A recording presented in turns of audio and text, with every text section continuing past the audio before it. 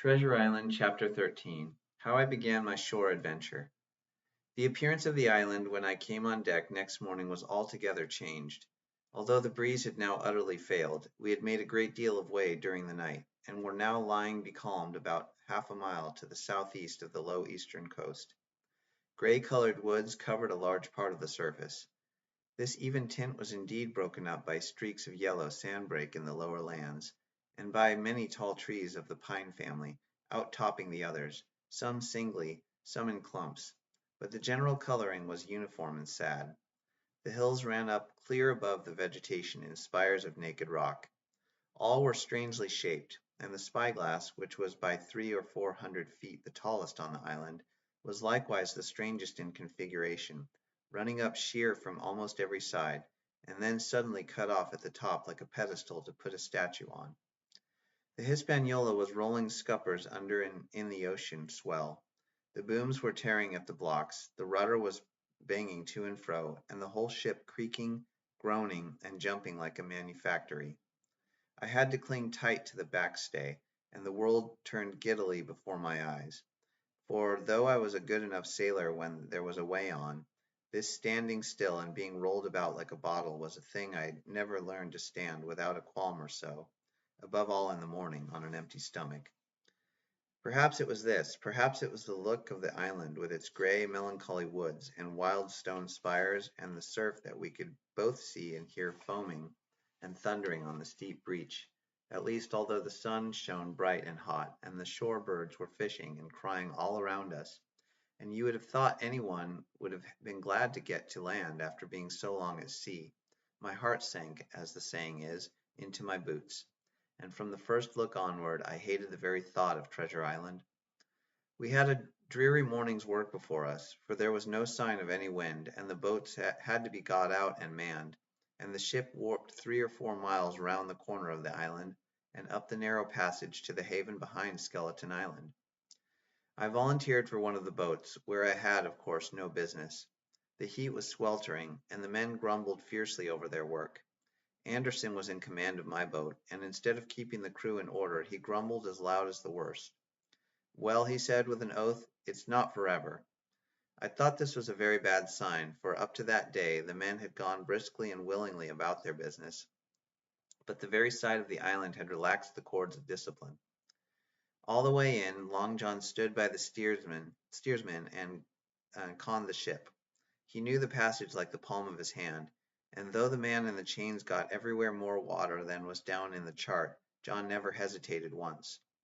"There's a strong scour in the ebb with the ebb," he said, "and this here passage has been dug out, in a manner of speaking, with a spade." We brought up just where the anchor was in the chart, about a third of a mile from either shore, the mainland on one side and Skeleton Island on the other. The bottom was clean sand. The plunge of our anchor sent up clouds of birds wheeling and crying over the woods, but in less than a minute they were down again, and all at once more silent. The place was entirely landlocked, buried in woods, the trees coming right down to high water mark, the shores mostly flat, and the hilltops standing round at a distance in a sort of amphitheater, one here, one there.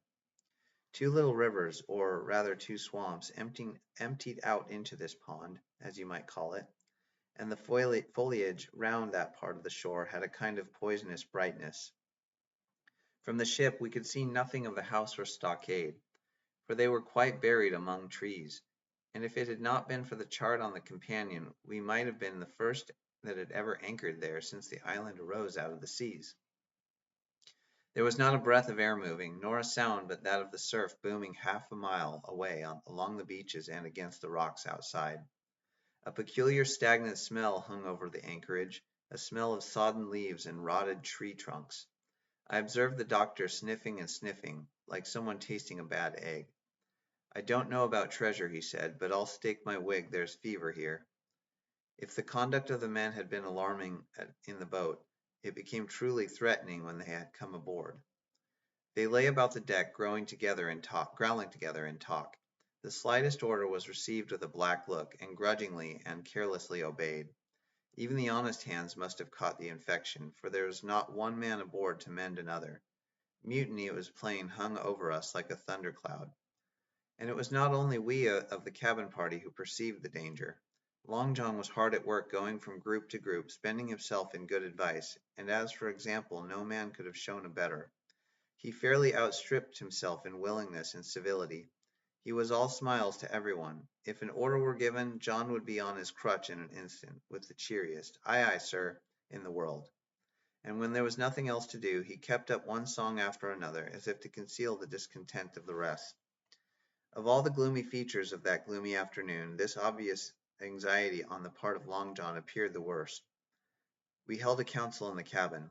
"Sir," said the captain, "if I risk another order, the whole ship will come about our ears by the run.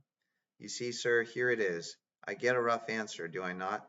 Well, if I speak back, Pikes will be going in 2 shakes.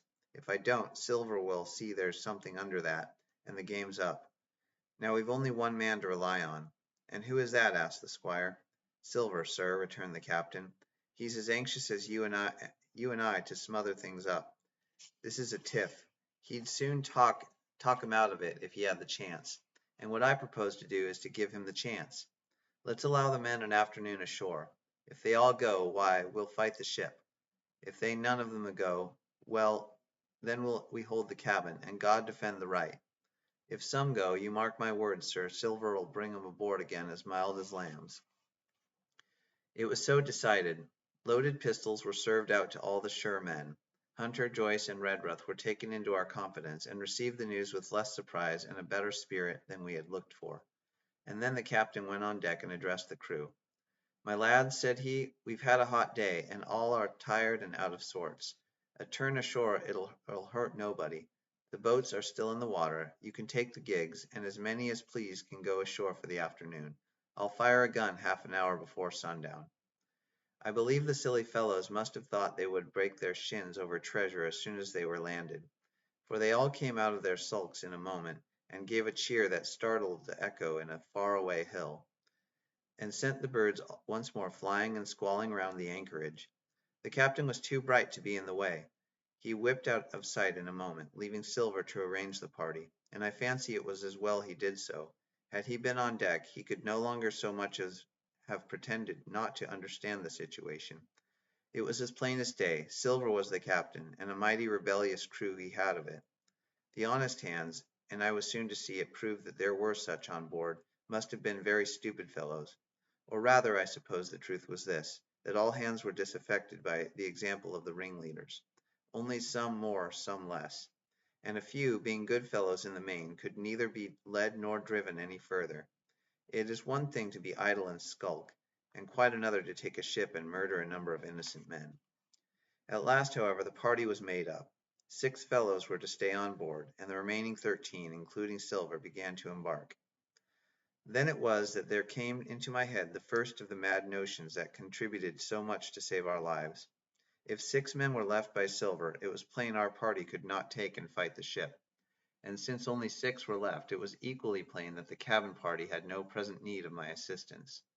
It occurred to me at once to go ashore. In a jiffy I had slipped over the side and crawled up in the foresheets of the nearest boat, and almost at the same moment she shoved off.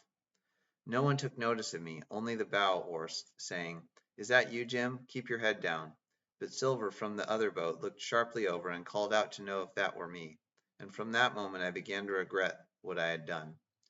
The crews raced for the beach, but the boat I was in, having some start, and being at once the lighter and the better manned, shot far ahead of her consort, and the bow had struck among the shore-side trees, and I had caught a branch and swung myself out, and plunged into the nearest thicket, while Silver and the rest were still 100 yards behind. "Jim, Jim," I heard him shouting, but you may suppose I paid no heeding, jumping, ducking, and breaking through. I ran straight before my nose, till I could no longer run.